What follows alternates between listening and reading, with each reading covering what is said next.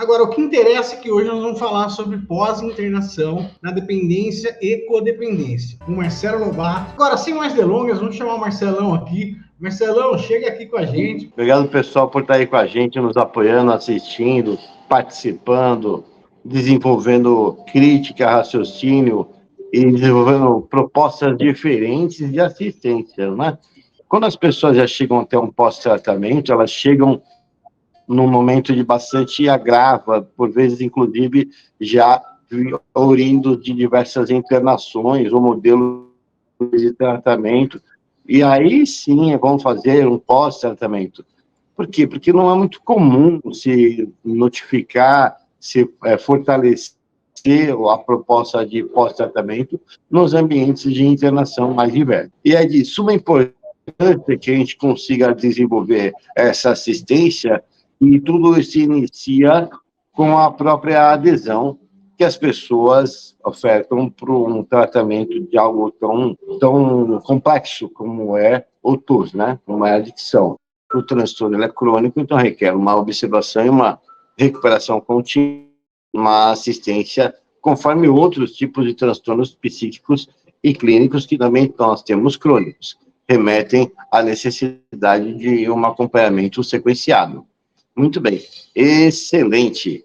Eis que se remete a essa necessidade de continuidade, de continuação, a gente precisa pensar em estruturar pós-tratamento, uma vez que nós temos a intenção de favorecer essas pessoas com o que eles merecem de melhor. São entes queridos, são pessoas formosas, são nossos pacientes que nós nutrimos com bastante amor, carinho, atenção e cuidado, e que merecem, sim, um pós-tratamento que lhes capacite, lhes reoriente. Veja bem, muitas vezes, em casos mais graves, as pessoas passaram por diversas internações, têm uma história de uso de longa data, 10, 20 anos, e chega para uma proposta de tratamento e, no final, se fala assim, procura dar sequência em grupos anônimos na sua religião, ou então vem aqui uma vez por mês para que a gente possa te acompanhar, né? Como uma forma de pós-tratamento.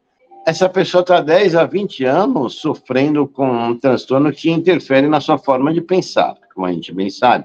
Atravessou uma série de marcas de traumas, situações delicadas, prejudicou uma série de outras pessoas próximas, enfim, numa dimensão que não consegue nem ser calculada, porque as outras pessoas relacionadas àquelas que foram prejudicadas diretamente também sofrem. Então não tem como a gente conseguir um cálculo preciso mediante isso. Sem contar que em muitas áreas dessas pessoas com quadros mais graves foram interrompidas de fato. Às vezes não sabe nem montar um currículo, porque vai ficar uma lacuna de alguns anos nesse currículo, não tem nada atualizado, não sabe como interagir socialmente de fato, porque só tem aquela experiência que é anterior, que está relacionada com o uso ou com os comportamentos de uso, inclusive, e pensamentos e dificuldade de sentir e de conversar com as pessoas, de interagir, uma sensação de inadequação extrema, e essa pessoa que está concluindo um tratamento. Então, ela precisa de um suporte de continuidade, de fato, para poder pegar e obter o resultado que ela gostaria e que merece. Ela sozinha, ela vai ter muita dificuldade em conseguir isso. Ainda assim, se ela fizer uma boa adesão nesses recursos que a gente cogita de continuidade, ela vai encontrar um esteio também bem valoroso. Claro que sim.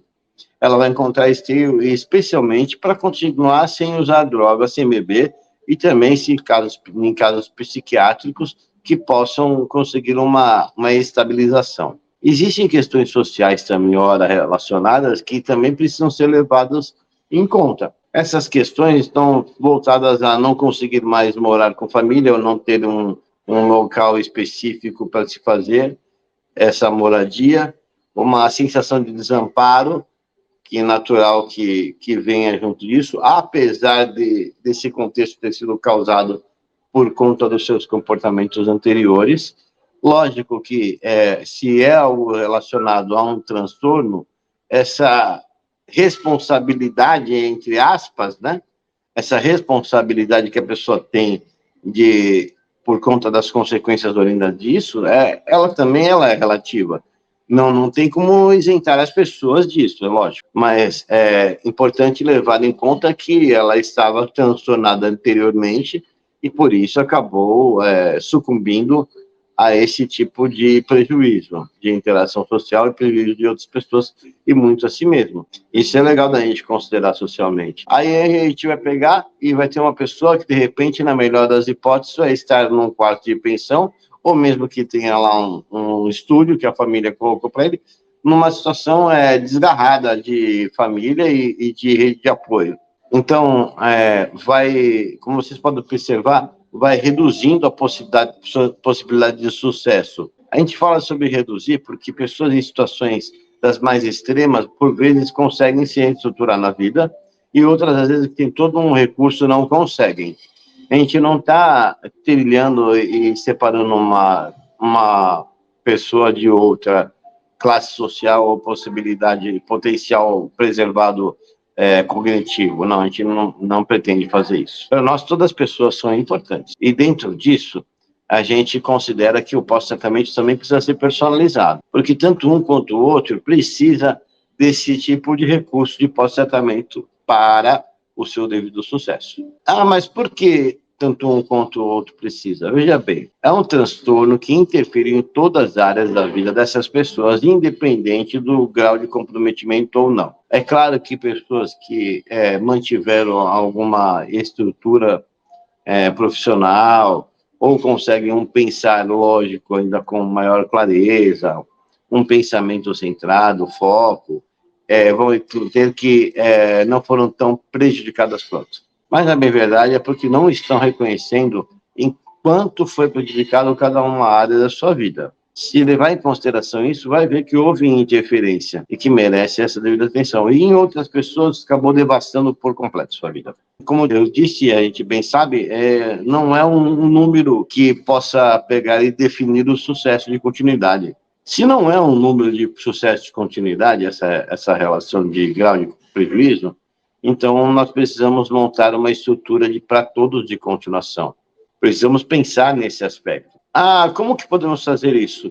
Se ela tenha resguardado algum segmento que possa lhe apoiar, de acomodação segura, casa, com família em tratamento, com família interessada, pelo menos, então nós temos aí uma possibilidade de pegar e permanecer no primeiro momento na própria casa, sendo que é importante levantar que a continuação em ambulatório, em psicoterapia, em psiquiatria, quando medicada, em gerentes de casos, entre um escopo de suporte para ela ter referência de onde buscar essa ajuda, ou então para que ela tenha para onde voltar.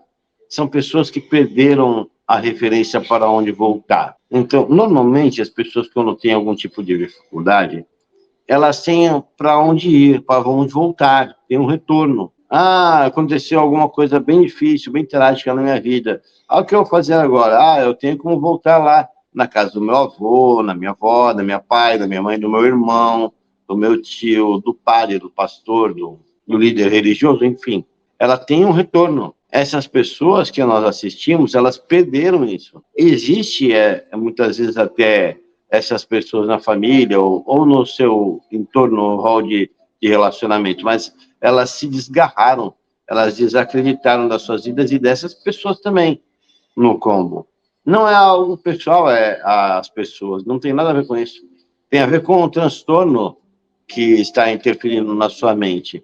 E nós podemos ajudar essa pessoa a ressignificar essas dimensões que foram estabelecidas com o transtorno crônico, ofertando esse devido suporte. Sim. E se precisar de um acompanhante terapêutico? Sim. O que for necessário para que a pessoa possa se estabelecer. Algumas pessoas vão precisar de um educador físico, de uma academia, de algo gradual. Sem ter a necessidade de gostar, eu fazia muito esporte, mas tem 10 anos que não faz esporte. E ela quer retomar de quando ela parou. Não, ela precisa de uma assessoria para que seja uma coisa gradual e de acordo com a limitação presente, para que possa ter, inclusive, uma validação desse trabalho, evitando aí rupturas musculares, entre outras coisas mais, né? E também para que não dedique a isso uma exclusividade, porque esse é só um dos campos que ela gostaria de estar retomando, e às vezes o campo que ela faz por escolha de iniciar uma retomada de jornada de vida nem é o mais importante para ela.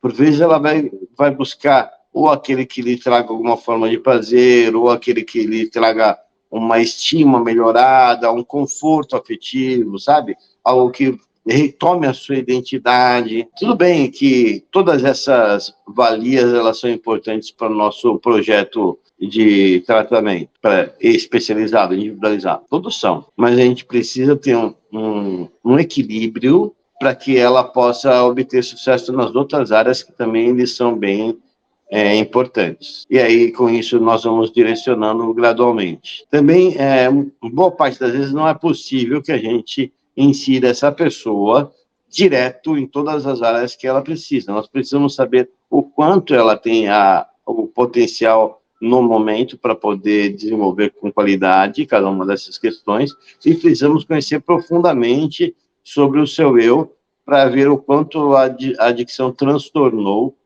essas referências. Então, de repente, ele oferta alguma informação importante sobre o seu eu, mas o transtorno por uso de substâncias fez com que isso derivasse para um outro estado, um outro perfil, uma outra condição. Então, as duas respostas são verdadeiras, tanto a resposta que ele ofertou do próprio eu, quanto o transtorno que a adicção lhe causou. Quando nós vamos lidar com a pessoa, vai ser o resultado da adicção e não do que ele ofertou, apesar de ser real. Pode parecer um pouco confuso, só que com alguns de nós isso é uma coisa bastante comum e bem conhecida. É importante que vocês se sintam bem seguros que nós sabemos do que se trata toda essa confusão ofertada pelos transtornos por uso de substâncias, tanto para a própria pessoa como para os familiares que também possam estar nos assistindo. Muito bem, é uma confusão de fato, é uma palavra muito bem colocada para a interferência causada no núcleo familiar. E é natural que algumas famílias não queiram o convívio de novo no próprio lar. Claro, querem preservar alguma coisa, querem deixar que a pessoa tome responsabilidade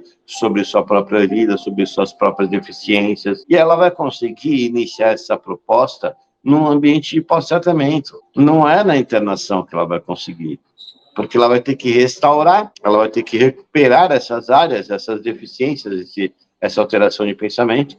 Então, lá é como se fosse feito a massa do bolo, mas o bolo ainda vai assar depois que eu sair. É como se fosse feito um trabalho de base bem importante e expressivo, mas a continuação, ela precisa ser ofertada. Também, muitas vezes, podemos utilizar medicinas alternativas para poder amparar essas pessoas. Hoje nós temos vários tipos de referências reconhecidas, inclusive com obrigatoriedade de convênio cobrir o tratamento de medicinas alternativas. A acupuntura é uma delas, floral, se bem for de acordo com a identificação, o gosto da pessoa assistida, né? Todos esses recursos, como yoga, como atividade física, como práticas das mais variadas, música ou esporte de fato, não só atividade física. Todas essas e muitas outras questões que nós podemos estar ofertando, elas têm um objetivo principal: ajudar a pessoa a encontrar a adesão necessária para poder continuar.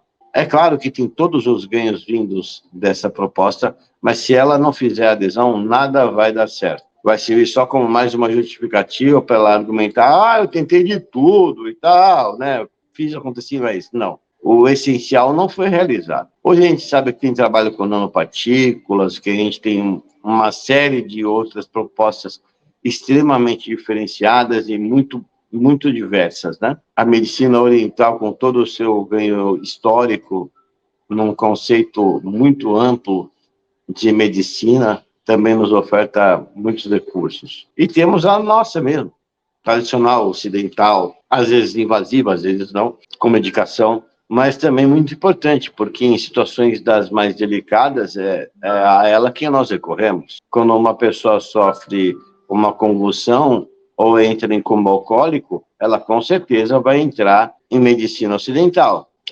Mas hipnose? Pode hipnose também, mas entenda que um transtorno desse cunho não vai ser só com uma iniciativa que vai resolver tudo. Esse é um dos pensamentos mágicos que traz e açoita famílias e dependentes químicos. Uma ideia que vai resolver completamente, vai resolver por todas as outras coisas. Não, começa que só o ressignificar já é tão expressivo que mostra essa necessidade. Basicamente, todas as portas são muito bem recebidas para que a gente possa ajudar essas pessoas. A gente não sabe por qual delas a pessoa vai entrar, então a gente ofertando uma, oferta outra.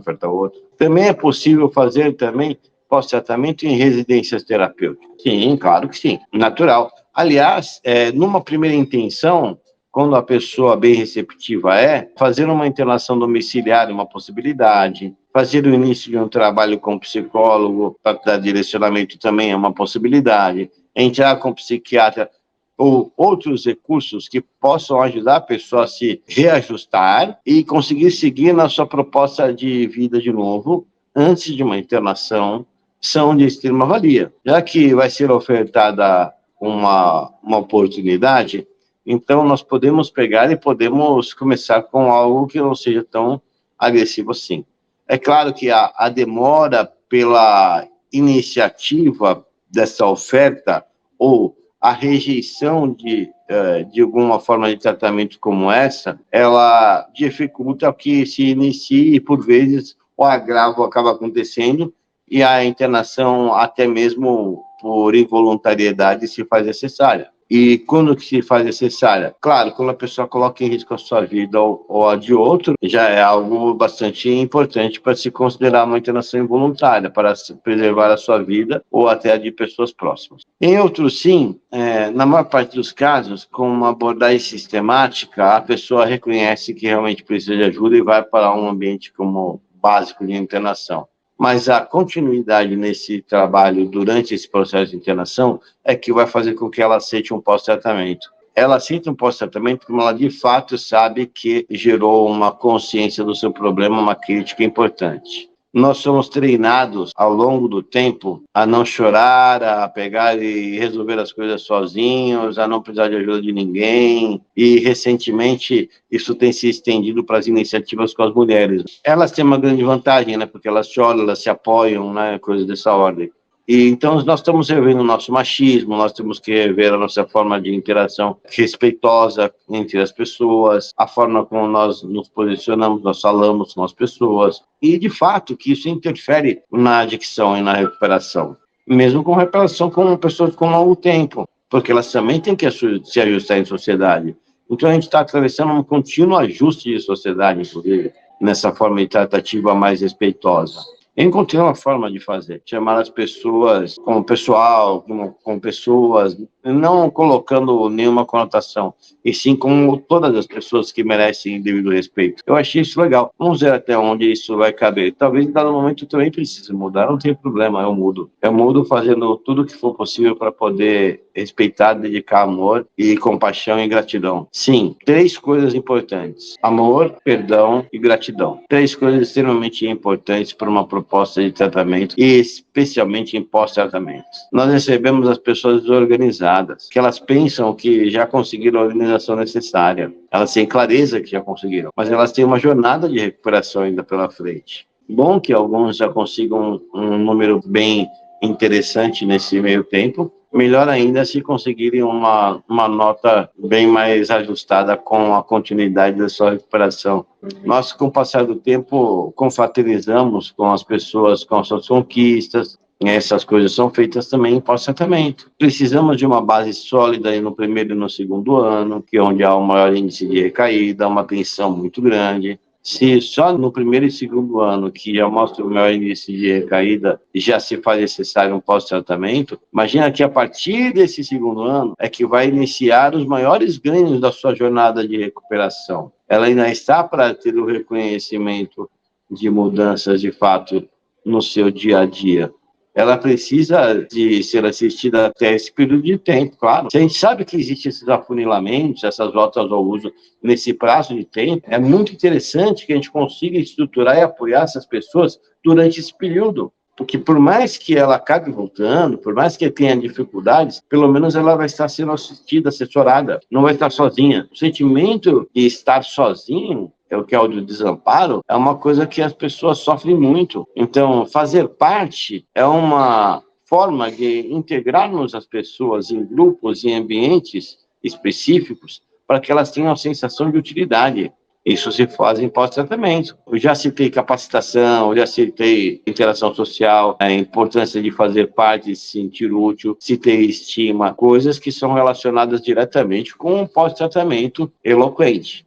E diário, trabalha com a pessoa uma plataforma de tratamento com metas diárias, metas semanais, mensais, e de acordo com esse humano e com a sua realidade, nós ajustamos para o seu cotidiano. Então, pessoas conseguem um engajamento profissional rápido, então a gente revê como que vai ser essa interação e o dinamismo para o trabalho. E aí orientamos eles em outras áreas da vida que ele precisa pegar e começar a iniciar um processo de mudança. E trabalhamos com ele como que é a representação na sua estrutura psíquica dessas questões que ele já está conseguindo um resultado. De uma forma que se acomode melhor, de uma forma que se acomode dentro de uma proposta de tratamento. Sim, ajudamos as pessoas também quanto à possibilidade de estruturação, de empoderamento, de encorajamento, que são coisas feitas dentro do pós-tratamento. A pessoa sai munida de vontade, cheia de vontade de realizar milhões de coisas, e quando chega em sociedade, ela se frustra com uma série delas e acaba interferindo em outras áreas que também estava se desenvolvendo bem. Se desmotiva e volta ao passado. O eu passado se torna presente. Na verdade, sempre esteve, mas ele fica mais presente e faz com que se interrompam as coisas. Dentro desse movimento atravessado, nós estamos lá para poder amparar e poder direcionar num pós-tratamento. Como vocês podem perceber, é de extrema importância nós desenvolvermos metodologia de pós-tratamento, até porque algumas pessoas que vêm de recaídas e tem consciência de como funciona a sua abstinência, ela não precisa passar por internação de novo, ela pode entrar direto no modelo de pós-tratamento, numa residência terapêutica, por exemplo. Vai passar os dias ali, semanas de abstinência e vai seguir uma proposta com interação social, com grande sucesso, inclusive. Nós fizemos aí, alguns anos atrás, o programa 28 Dias, que trouxe um sucesso fantástico de tratamento em São Paulo, na Vila Mariana, pela ONG Ver para a Vida. Então, 67% das pessoas assistidas atingiam o seu primeiro ano de recuperação. Um número nunca visto, mas bem contado, com referências bem pontuais para poder falar sobre isso. Acontece que boa parte dessas pessoas, com um ano limpo, voltavam ao uso. E a gente voltava a ter os números que nós já temos normalmente, 10%, 12%, que é o número que nós já temos. Ali, eu reconheci que mesmo para um programa de reinserção direta, como era o 28 Dias, a necessidade do pós-tratamento também se fazia justa, porque apesar disso, as pessoas não estavam com um ano ao uso, mesmo frequentando grupos anônimos, mas na verdade, potencialmente fazendo conforme acreditavam que deveriam fazer. Nós utilizamos às vezes o termo fazer do seu próprio jeito, né? Então, de repente, ela retoma essa ideia, porque tem como se fosse um prejuízo não tomar esse tipo de iniciativa por si mesmo, e acaba trazendo resultados bem complicados. Porque é como se o transtorno causasse essa ausência de crítica ou uma crítica distorcida, a pessoa criasse o desenvolvimento de interação social, começasse trabalho, vida de fato, e se desgarrasse das suas referências para nutrir esse alter ego, para nutrir essa contra-regra, essa crítica sobre si mesmo, passa a acreditar nas suas próprias decisões e já está feito o adoecimento psíquico nesse aspecto, que é o que leva a todos os outros agravos do transtorno. É preciso ajudar as pessoas a manter e nutrir essa chama beta da importância do que se chama desejo, da importância do que se chama desejo para de usar, da importância do que se chama nutrir uma crítica, com um pedido de ajuda, com amparos mais diversos, porque ela vai ter esteio em toda a sua volta, como se fosse uma pessoa entrando num ambiente escuro e desconhecido, mas que ela tem lá alguns pontos que ela pode tocar, que ela pode sentir, que ela pode falar, e ainda assim se guiar e se sentir bem em relação a isso. O transtorno, ele é tão traiçoeiro que faz as pessoas acreditarem que elas vão poder atravessar aquele quarto com medo, sozinhas, sem nenhum misterio, sem nenhuma fé, sem nenhum suporte, vai passar, que vai passar. Não vai passar. Vão aparecer os traumas, vão aparecer os monstros, vão aparecer toda aquela fantasia que vai ofertar, inclusive no metade em qualquer momento desse caminho, a substância como uma alternativa. E por mais que no primeiro momento a pessoa não aceite essa alternativa, mais para frente ela vai acabar aceitando, de tanto que é inútil esse padrão de repetição. Para isso, nós temos propostas terapêuticas de psicanalistas, de psicólogos, de pessoas bem interessadas, terapeutas bem envolvidos com isso, para poder amparar as pessoas nessas suas marcas, que vão trazer algo reluzente para frente. Isso é o que a gente mais tem certeza, que vai ser reapresentado no decorrer da vida. Não importa que tenha sido trabalhado no momento anterior, possivelmente, quando surgir uma situação similar, vai voltar, porque ainda assim não foi superado, ainda assim não foi ressignificado, ainda o bege vai causar uma sensação desagradável de frieza, de isolamento, quando na sua ressignificação, o bege pode ser alguma coisa favorável, alguma coisa serena. A hora que ressignifica, as coisas ficam melhores. Mas enquanto não houver essa ressignificação, o bege vai continuar sendo uma coisa ruim. Então, a mesma argumentação que se tem para voltar ao uso, é a mesma argumentação para a pessoa não usar. Isso é fantástico o que pode ser feito. Ah, agora eu separei, e por conta de eu não estar mais com a minha mulher, distante dos meus filhos, agora eu vou usar mesmo. Quer ver com a mesma argumentação? Ah, agora que eu separei, que estou distante dos meus filhos, agora que eu não vou usar mesmo, porque só vai piorar. É a mesma argumentação. Por quê? Porque na neurolinguística a gente não conhece o não conhece um caminho. É só aquela visão. Então, o que eu posso fazer? Eu posso ressignificar. Só que são anos passados que, quando surgirem as dificuldades, vão se tornar completamente presentes. Da mesma forma que a família anseia o retorno do seu familiar, mas ela já está acostumada com a pessoa a esse mesmo período de tempo adoecida. E já está mais do que habituada no convívio com ela adoecida dentro de casa. Por mais absurdo que pareça, a falta que faz é da pessoa adoecida, não é da pessoa em recuperação. Porque ela está ligada há muitos anos com a pessoa lá na casa, representando, inclusive, o problema de todos. O pós-tratamento pode amparar essas famílias e muito a como lidar com essas situações. O pós-tratamento, ele pode pegar, o gerente de caso, pode pegar, amparar a pessoa, pedir para que outras pessoas ofertam grupos de famílias contínuas para que essas se sintam também acolhidas, que muitas vezes se sentem desamparadas, sem saber como lidar. Ou, no caso mais extremo, que a gente citou, do desamparo, do desapego, coisas dessa ordem, né? Desenvolver uma proposta individualizada de pós-tratamento é uma coisa bem importante para que a pessoa consiga esse sucesso.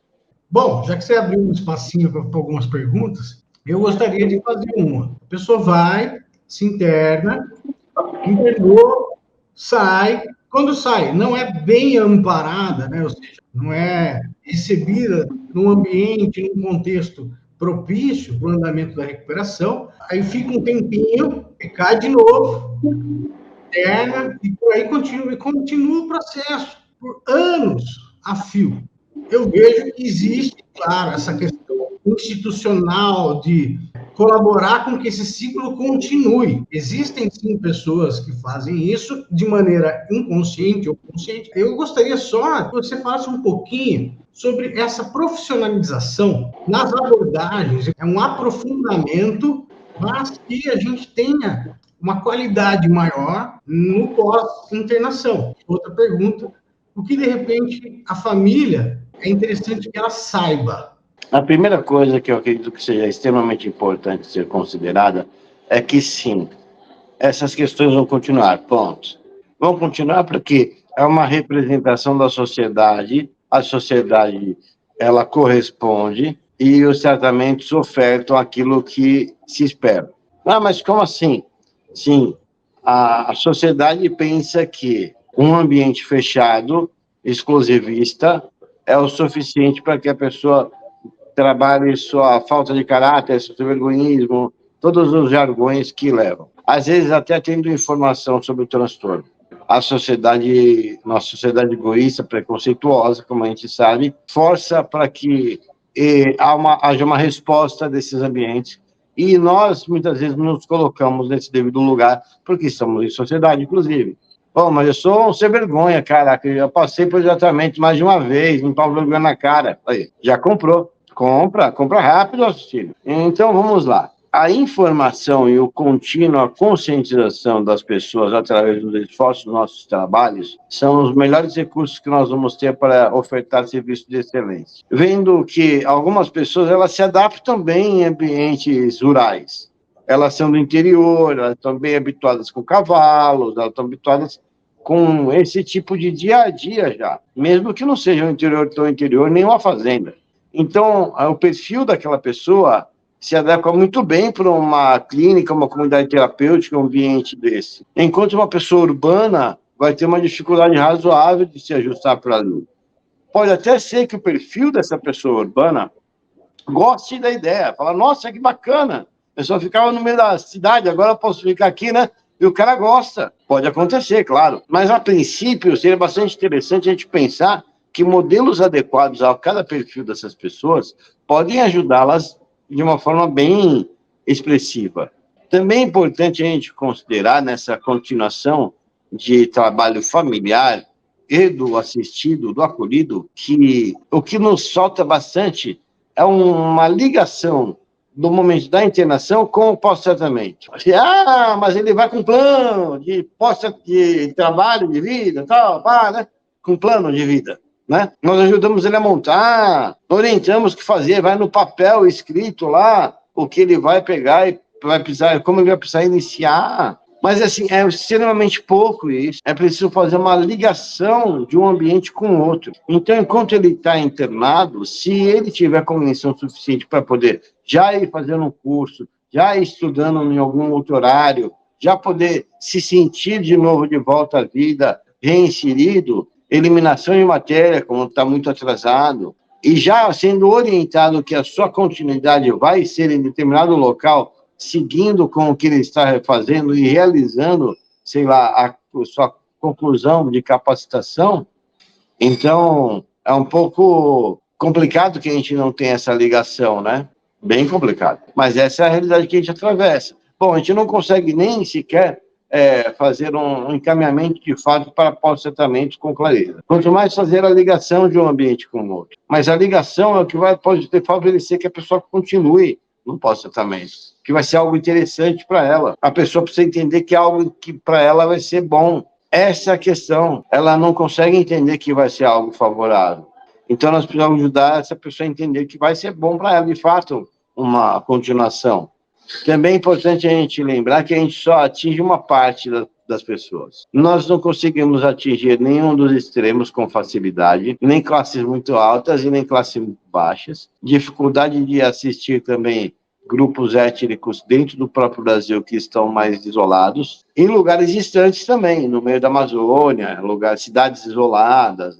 Fato que o mundo virtual ele favorece para a gente chegar mais longe, mas também só atinge aquele que tem acesso. Camarada que não tem acesso lá, não tem essa possibilidade. Então, a gente tem que criar novas formas para que essas pessoas, dentro do pós-tratamento, possam seguir, porque às vezes, depois, ou no pós-tratamento, a pessoa vai para lá. A gente estrutura a pessoa cheia de recursos. Quando chega lá, ela não tem mais nada, cara. Ele toma aquele choque de novo social. Então, a gente precisa de um trabalho muito específico nessa questão de individuação, para que a gente possa amparar as pessoas nas suas mais diversas questões. E sim, a proposta de um tratamento digno, ela é muito importante para o humano, que merece, e para uma família que merece todo carinho, atenção, acolhimento e direção. Na maior parte das vezes, as pessoas só precisam de um abraço, de um acolhimento, de uma escuta, não é? Para depois entrar no problema em questão. Primeiro, o acolhimento, né? Mas, por vezes, isso não dá para fazer mais pela família, porque desgastou. Ele vai precisar receber isso de outra pessoa. Por muitas vezes, esse abraço na família foi cair em facilitação. A doença fez a graça de transtornar a relação afetiva, infelizmente, dessas pessoas. Sim, isso é o transtorno por uso de substância. Isso é a codependência. E que, com o passar do tempo, com o nosso suporte, a gente vai conseguir restabelecer isso. Na maior parte dos casos, inclusive. Por que na maior parte dos casos? Porque a gente sabe que existem outros agravos comórbidos que estão ora relacionados que precisam ser considerados também. A gente sabe que as famílias também têm suas próprias questões que também precisam ser vistas. Beleza, Edu? Amor, perdão e gratidão. Por experiência própria e também por muita gente que eu vejo, para chegar nesse ponto, é necessário, obviamente, tempo e dedicação numa recuperação de qualidade. Agora, a grande maioria, simplesmente, não se dá esse tempo. É necessário ter essa visão. Chega de dar ouvidos para os meus quereres. Abrir mão desses quereres não só não diz respeito a não vou ter mais prazer na vida, como também diz respeito, muito pelo contrário, vou descobrir outros quereres. E na residência terapêutica, né? O que ela proporciona e como isso é importante na reinserção social, espiritual e etc. do adicto. A residência terapêutica é um ambiente que nutre um conceito de lar, de amor, e que nutre também, em paralelo, a proposta de um cuidado terapêutico adequado. A gente desenvolveu, ao longo do tempo, uma ideia de um tríplice alicerce que se trata de funcional, produtivo e orgânico. Dessa forma, a gente consegue direcionar as pessoas no seu plano de tratamento individual, na sua proposta específica, no seu dia a dia e na sua capacitação para o mundo. Quero agradecer muito a possibilidade de falar da residência terapêutica Êxito, né? Que é um amor, né, cara? É um lugar fantástico. E espero poder colaborar para que muitas pessoas também desenvolvam propostas de tratamentos, como a gente sabe que nossos parceiros mantêm, né? Agradecer o pessoal que está nos patrocinando aqui, com a logomarca deles aqui, a CT Live e a CT Esperança, beleza? Um grande abraço, pessoal, faz um trabalho bem legal, bem interessante, e a gente também consegue fazer esse nosso trabalho aqui, eu, Marcelo e tudo mais, com a ajuda necessária. Então, quero agradecer imensamente, realmente. São pessoas, assim, que realmente têm um propósito, além de sermos empreendedores. Quando eu falo nós, eu também me incluo em outras partes, tá? Não na questão clínica, mas aqui na recuperação ao vivo. Galera, muito obrigado. Obrigado, Eduardo, obrigado, pessoal. Estou à disposição, tá? Gratidão eterna aqui por vocês. Então, a próxima palestra, tá bom? Se cadastra lá no site, tamo junto. Um grande abraço. Até a próxima.